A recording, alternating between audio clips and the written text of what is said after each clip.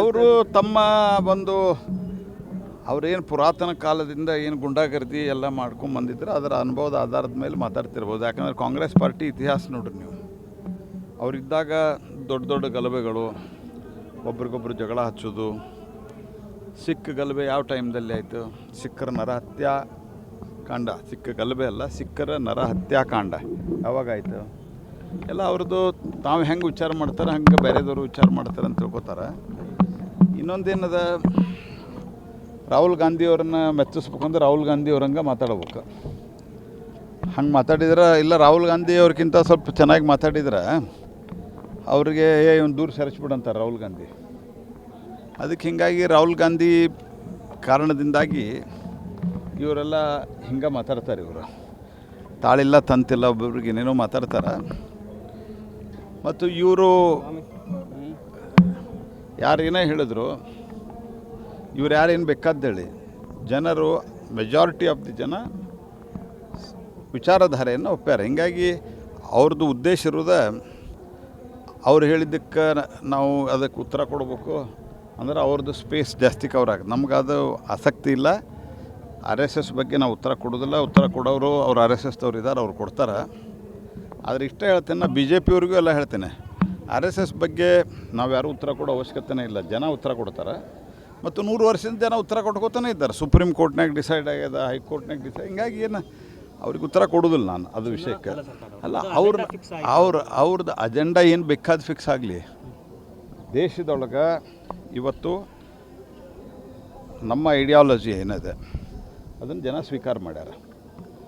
ಇವರು ತಮ್ಮ ತೆಲಂಗಾಣ ಒಂದು, ಕರ್ನಾಟಕ ಒಂದು, ಈಗ ಮೊನ್ನೆ ಅದು ಕೇರಳ, ಅದು ಮುಸ್ಲಿಂ ಲೀಗ್ ಜೋಡಿ ಕೂಡಿ, ಮುಸ್ಲಿಂ ಲೀಗ್ದವ್ರ ಜೋಡಿ ನಡೀತದೆ ಇವ್ರಿಗೆ. ಯಾರು ಮುಸ್ಲಿಂ ಲೀಗ್ ಅಂದ್ರೆ ಅನೇಕರಿಗೆ ಇವತ್ತಿನ ಜನ್ರೇಷನ್ದವ್ರಿಗೆ ಗೊತ್ತಿಲ್ಲ. ಜಿನ್ನಾ ಇದ್ನಲ್ಲ, ಆ ಜಿನ್ನಾದ ಮುಸ್ಲಿಂ ಲೀಗ್ ಇದೆ.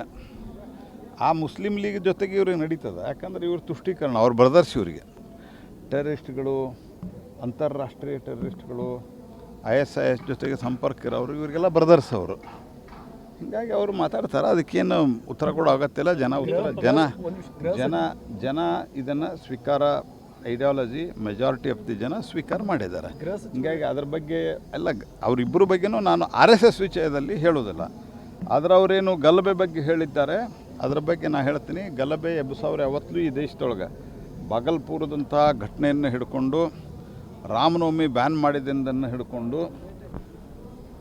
ದುರ್ಗಾ ಪೂಜಾ ಬ್ಯಾನ್ ಮಾಡಿದ್ದು ಹಿಡ್ಕೊಂಡು ಎಲ್ಲ ಮಾಡಿದ್ದು ಕಾಂಗ್ರೆಸ್ದವ್ರ.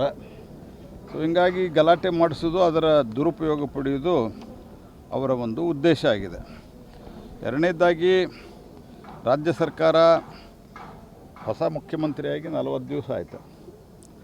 ಒಂದು 8-10 ದಿವಸಕ್ಕೆ ನನಗೆ ಪ್ರತಿಕ್ರಿಯೆ ಕೇಳಿದ್ರು, ಏನು ರೀ ಇನ್ನೂ ಏನು ಕೆಲಸ ಶುರು ಆಗಿಲ್ಲಲ್ಲ ಅಂತ. ನಾನು ಅವಾಗ ಹೇಳಿದ್ದೆ, ಒಂದು 8-10 ದಿವಸ ಆಗ್ಯದ, ಸ್ವಲ್ಪ ನೋಡೋಣ ತಡ್ರಿ ಅಂತ. ಈಗ 40 ದಿವಸದ ಮೇಲೆ ಆಯ್ತು. ಮಂತ್ರಿಮಂಡಲ ರಚನೆ ಮಾಡಲಿಕ್ಕೆ ಆಗಿಲ್ಲ. ರಾಹುಲ್ ಗಾಂಧಿಗೆ ಯಾವಾಗ್ಯಾರ, ಎಲ್ಲಿ ಹೋಗ್ಯಾರ ಅಂತ ತಿಳ್ಕೊಂಡು ಯಾರಿಗೂ ಗೊತ್ತಿಲ್ಲ. ಕಾಂಗ್ರೆಸ್ದವ್ರು ಕೇಳಿ ನೋಡಿ, ರಾಹುಲ್ ಗಾಂಧಿ ಎಲ್ಲಿದ್ದಾರೆ ಅಂತ ಕೇಳ್ರಿ ನೀವು. ಉಳಿದಿದ್ದೆಲ್ಲ ಊರು ಸಾಬರಿ ಮಾತಾಡ್ತಾರೆ. ನಿಮ್ಮದು ಮಂತ್ರಿಮಂಡಲ ಯಾಕಾಗಿಲ್ಲ, ರಾಹುಲ್ ಗಾಂಧಿ ಇಲ್ಲ, ಎಲ್ಲಿ ಹೋಗ್ಯಾರ. ಈಗ ನನಗೆ ಕೇಳ್ರಿಪ್ಪ, ನರೇಂದ್ರ ಮೋದಿ ಸಾಹೇಬ್ರು ಎಲ್ಲಿದ್ದಾರೆ, ನಾನು ಹೇಳ್ತೇನೆ. ಇಂಥ ದೇಶದಾಗಿದ್ದಾರೆ, ಇಂಥ ಊರಾಗಿದ್ದಾರೆ, ನಾನು ಹೇಳ್ತೇನೆ. ಯಾಕಂದ್ರೆ ಅವ್ರದ್ದು ಓಪನ್ ಅದು ಜೀವನ. ಇವ್ರು ಎಲ್ಲಿ ಹೋಗ್ತಾರೆ ಗೊತ್ತಿಲ್ಲ. ಅದಕ್ಕಾಗಿ ಕ್ಯಾಬಿನೆಟ್ ರಚನೆ ಮಾಡಲಿಕ್ಕೆ ಆಗ್ತಾಯಿಲ್ಲ. ರಾಜ್ಯದಲ್ಲಿ ಬರ ಬಿದ್ದದ, ಕೃಷಿ ಸಚಿವರಿಲ್ಲ. ಇವರು ಎಲ್ಲ ಕಡೆ ಹೋಗಿ ಒಂದು ಜಾಲಿ ಟ್ರಿಪ್ ಹೊಡಿತಾ ಇದ್ದಾರೆ, ಯಾರೋ ಮುಖ್ಯಮಂತ್ರಿಗಳು. ಮತ್ತು ಕಾನೂನು ಸುವ್ಯವಸ್ಥೆ ಬಗ್ಗೆ ನನಗೆ ಮೊನ್ನೆ ದೇವೇಂದ್ರ ಫಡ್ನವೀಸ್ ಸಿಕ್ಕಿದ್ದಾರೆ. ನೀವು ಯಾರು ನಮ್ಮ ಸೋಷಿಯಲ್ ಮೀಡಿಯಾ ಫಾಲೋ ಮಾಡ್ತೀರಿ ಅವ್ರು ನೋಡಿರ್ಬೇಕು. ನಮ್ಮ ಮನೆಗೆ ಅವರು ನಮ್ಮ ವಿಭಾಗದ ಬಗ್ಗೆ ಚರ್ಚೆ ಮಾಡಲಿಕ್ಕೆ, ಒಂದಿಷ್ಟು ಆ ರಾಜ್ಯದಲ್ಲಿದ್ದಂಥ ಕೆಲವು ವಿಷಯಗಳ ಚರ್ಚೆಗೆ ಸನ್ಮಾನ್ಯ ದೇವೇಂದ್ರ ಫಡ್ನವೀಸ್ ಬಂದಿದ್ರು. ನಮ್ಮ ಮನೆಯೊಳಗೆ ಮೀಟಿಂಗ್ ಆಯಿತು. ಎಲ್ಲ ಮುಗಿದ್ಮೇಲೆ ನನಗೆ ದೇವೇಂದ್ರ ಫಡ್ನವೀಸ್ ಹೇಳಿದ್ರು, ಅಲ್ರಿ ನಾ ಮುಂಬೈದಿಂದ, ಮಹಾರಾಷ್ಟ್ರದಿಂದ ಪೊಲೀಸರನ್ನು ಕಳಿಸಿ ಸಿಂಥೆಟಿಕ್ ಡ್ರಗ್ ಫ್ಯಾಕ್ಟ್ರಿ 2 ಸತಿ ನಾವು ಬಂದ್ ಮಾಡಿಸಿವಿ, ಡ್ರಗ್ ಪೆಡ್ಲರ್ಸನ್ನು ಹಿಡಿದೀವಿ.